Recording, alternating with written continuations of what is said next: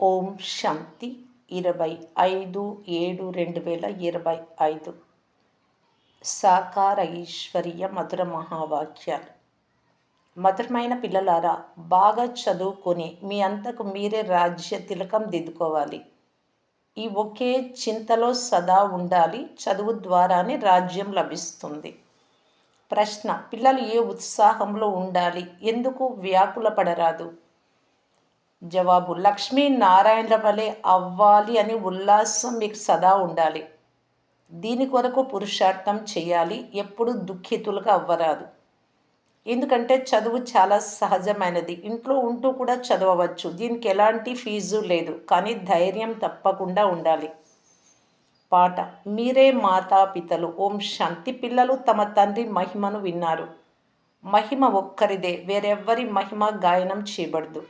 బ్రహ్మ విష్ణు శంకరులకు కూడా ఏ మహిమ లేదు. తండ్రి బ్రహ్మ ద్వారా స్థాపన చేయిస్తారు, శంకరుడి ద్వారా వినాశనం చేయిస్తారు, విష్ణువు ద్వారా పాలన చేయిస్తారు. లక్ష్మీ నారాయణలను కూడా అలాంటి యోగ్యులుగా శివబాబాయే చేశారు. మహిమంతా తండ్రిదే, వారిది తప్ప ఇంకెవ్వరి మహిమను గాయనం చేయాలి? లక్ష్మీ నారాయణలను అలా తయారు చేసే టీచర్ లేనట్లయితే వారు కూడా అలా తయారయ్యేవారు కాదు. వారి తర్వాత రాజ్య పాలన చేసే సూర్యవంశీలకు మహిమ ఉంది. తండ్రి సంగమయుగంలో రానట్లయితే వీరికి రాజ్యం కూడా లభించి ఉండదు. వేరెవ్వరికీ మహిమ లేదు. విదేశీయులు మొదలైన వారెవ్వరినీ మహిమ చేయాల్సిన అవసరం లేదు. మహిమంతా ఒక్కరిదే, వేరెవ్వరికీ లేదు. ఉన్నతాతి ఉన్నతమైన వారు శివబాబా మాత్రమే. వారి నుండి ఉన్నత పదవి లభిస్తుంది కనుక వారిని బాగా స్మృతి చేయాలి కదా.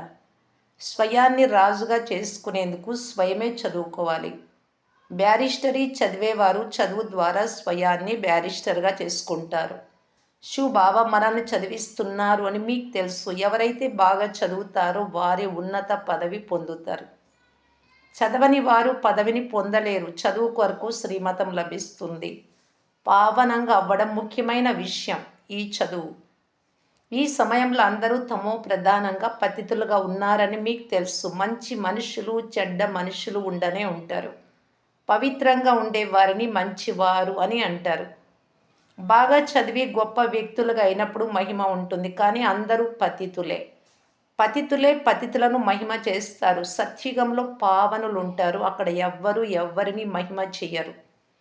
ఇక్కడ పవిత్ర సన్యాసులు కూడా ఉన్నారు, అపవిత్ర గృహస్థులు కూడా ఉన్నారు కనుక పవిత్రుల మహిమ గాయనం చేయబడుతుంది. అక్కడ యథా రాజారాణి తథా ప్రజలు. పవిత్రులు అపవిత్రులు అని చెప్పేందుకు అక్కడ వేరే ఏ ధర్మము ఉండదు. ఇక్కడైతే కొందరు గృహస్థుల మహిమను కూడా గానం చేస్తూ ఉంటారు. వెళ్ళి ముసల్మాన్లకు కూడా శిష్యులుగా అవుతారు. అటువంటి వారికి ఆ ముస్లింలే ఖుదా సమానం. వారే దేవుడు. కానీ అల్లాను పతిత పావనుడు, ముక్తి దాత, మార్గదర్శకుడు అని అంటారు. అందరూ పతిత పావనులు ఎలా అవ్వగలరు? ప్రపంచంలో ఎంత గాఢాంధకారం ఉంది. ఇప్పుడు పిల్లలైన మీరు అర్థం చేసుకున్నారు కనుక మేము చదివి స్వయం రాజులుగా అవ్వాలి అనే చింత ఉండాలి. ఎవరైతే బాగా పురుషార్థం చేస్తారో వారే రాజ్య తిలకాన్ని పొందుతారు. మేము కూడా ఈ లక్ష్మీ నారాయణల వలె అవుతాము అనే పిల్లలలో ఉల్లాసం ఉండాలి. ఇందులో తికమక పడే అవసరం లేదు. పురుషార్థం బాగా చెయ్యాలి, దుఃఖపడరాదు. ఈ చదువు ఎటువంటిది అంటే మంచంపై పడుకొని కూడా చదవచ్చు. అనారోగ్యంలో విదేశాలలో ఉంటూ కూడా చదవవచ్చు, ఇంట్లో ఉంటూ కూడా చదవవచ్చు. ఈ చదువు ఇంత సహజమైనది. శ్రమపడి మీ పాపాలను సమాప్తం చేసుకోవాలి. ఇతరులకు కూడా అర్థం చేయించాలి. ఇతర ధర్మాల వారికి కూడా మీరు అర్థం చేయించవచ్చు. ఎవరికైనా మీరు ఆత్మలు అని తెలిపించాలి. ఆత్మల స్వధర్మం ఒక్కటే. ఇందులో ఏ వ్యత్యాసం ఉండదు. శరీరాల నుండి అనేక ధర్మాలు వస్తాయి. ఆత్మల ధర్మం అయితే ఒక్కటే. అందరూ ఒకే తండ్రి సంతానమే. ఆత్మలను బాబా ఇప్పుడు దత్తు చేసుకున్నారు. అందుకే బ్రహ్మ ముఖ వంశావళి అని మహిమ చేస్తారు. ఆత్మల తండ్రి ఎవరు ఎవరికైనా అర్థం చేయించవచ్చు. మీరు నింపించే ఫారంలో చాలా అర్థం ఉంది. తండ్రి అయితే తప్పకుండా ఉన్నారు కదా, వారిని స్మృతి కూడా చేస్తారు. ఆత్మ తన తండ్రిని స్మృతి చేస్తుంది. ఈ రోజుల్లో భారతదేశంలో ఎవరినైనా ఫాదర్ అని అనేస్తారు. మేయర్ను కూడా ఫాదర్ అని అంటారు. జాతి పిత మహాత్మా గాంధీని కూడా అంటారు. కానీ ఆత్మల తండ్రి ఎవరో ఇది మాత్రం ఎవ్వరికీ తెలియదు. మీరే తల్లి తండ్రి అని మహిమ కూడా చేస్తారు, కానీ వారు ఎవరో ఎలా ఉంటారో ఏమీ తెలియదు. భారతదేశంలోనే మీరు మాతాపితలు అని పిలుస్తారు. తండ్రియే ఇక్కడికి వచ్చి ముఖ వంశావళిని రచిస్తారు. భారతదేశమునే మాతృదేశము అని అంటారు. ఎందుకంటే ఇక్కడే శివబాబా మాతాపితల రూపంలో పాత్రను అభినయిస్తారు. ఇక్కడే భగవంతుని మాతాపితల రూపంలో స్మృతి చేస్తారు. విదేశాలలో కేవలం గాడ్ ఫాదర్ అని పిలుస్తారు. కానీ పిల్లలను దత్తు తీసుకునేందుకు తల్లి కూడా కావాలి కదా. పురుషుడు కూడా స్త్రీని దత్తు చేసుకుంటాడు. తర్వాత వారి ద్వారా పిల్లలు జన్మిస్తారు. రచన రచింపబడుతుంది. ఇక్కడ కూడా ఇతనిలో తండ్రి అయిన పరంపిత పరమాత్మ ప్రవేశించి దత్తత చేసుకుంటారు. పిల్లలు జన్మిస్తారు. అందుకే వీరిని మాతాపిత అని అంటారు. వారు ఆత్మలకు తండ్రి. వారు ఇక్కడికి వచ్చి ఉత్పత్తి చేస్తారు. మీరు పిల్లలుగా అవుతారు కనుక ఫాదర్ మదర్ అని అంటారు.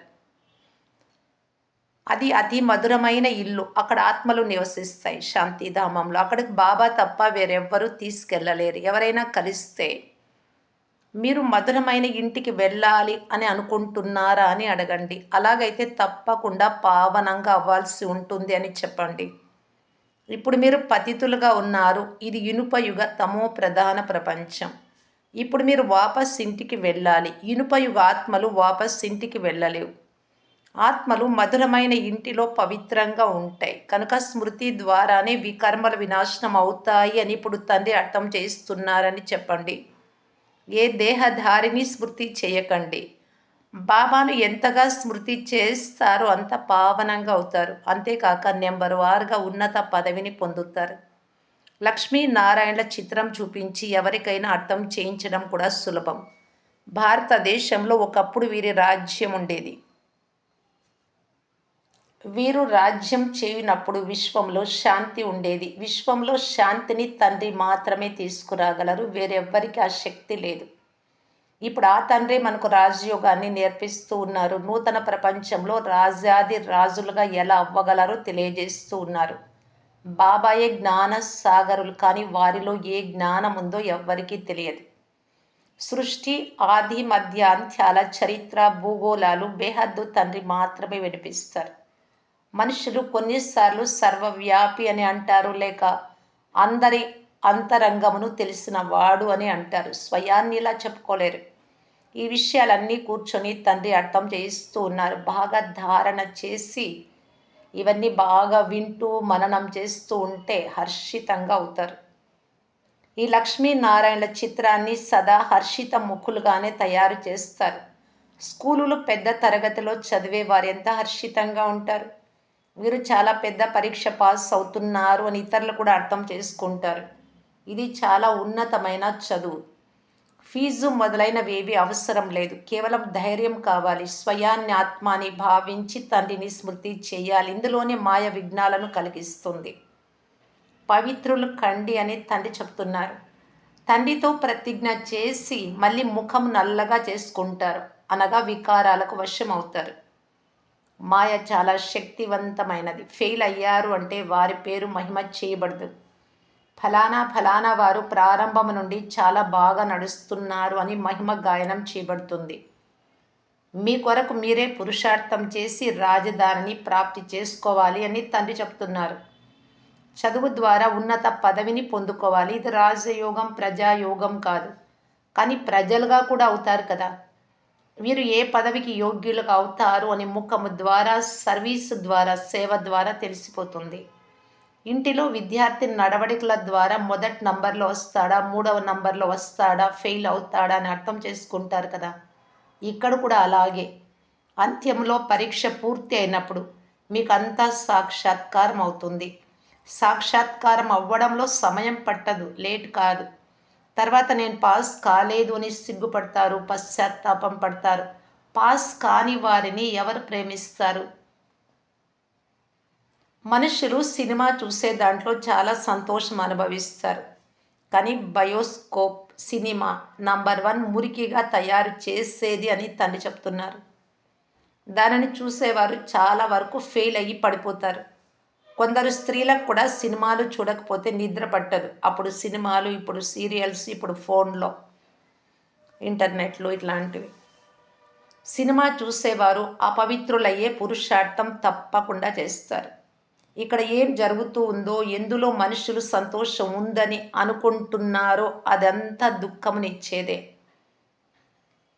ఇవి తండ్రి ఇచ్చేవి వినాశీ అంటే సంతోషాలు కాదు, అవినాశీ సంతోషాలు.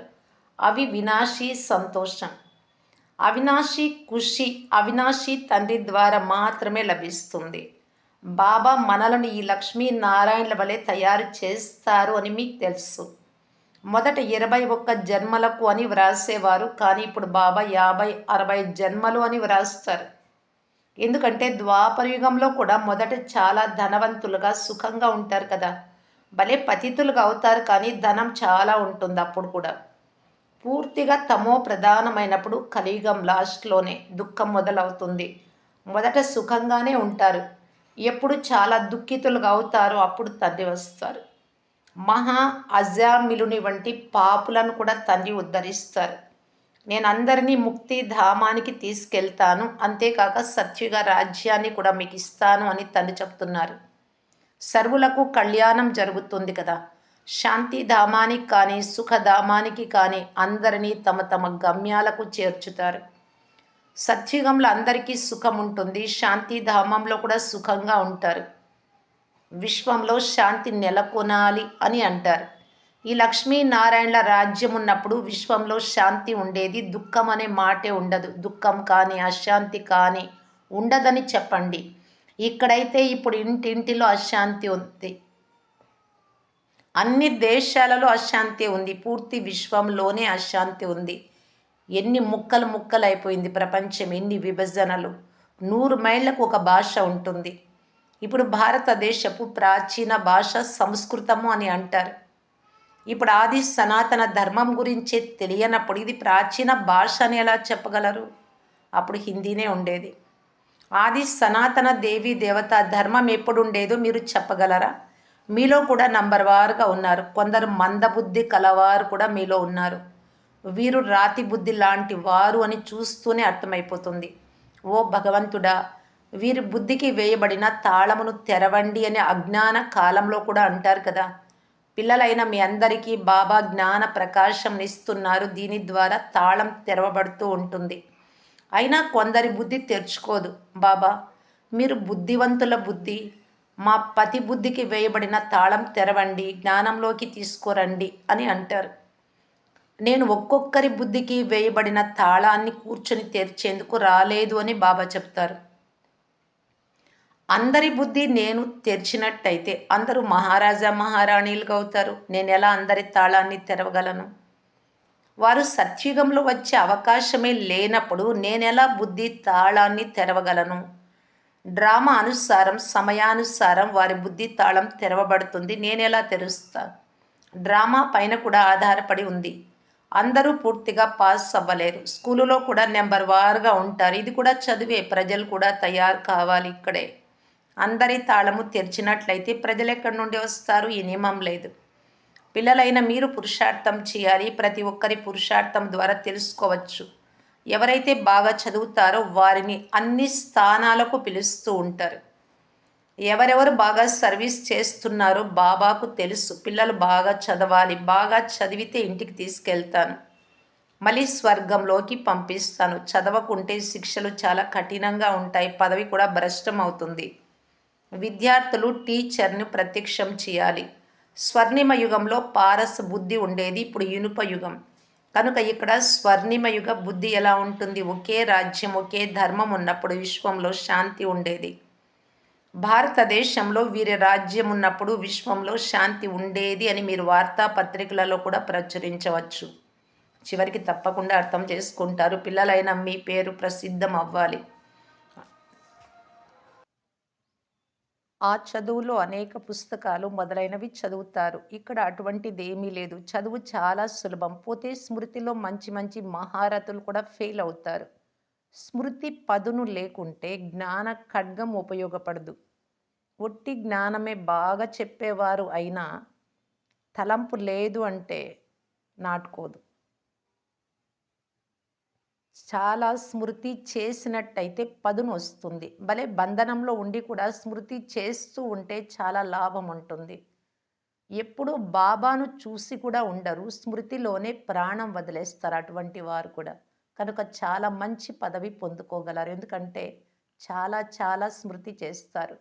తండ్రి స్మృతిలో ప్రేమతో కన్నీరు కారుస్తారు. ఆ కన్నీరు ముత్యాలుగా అవుతాయి. మంచిది.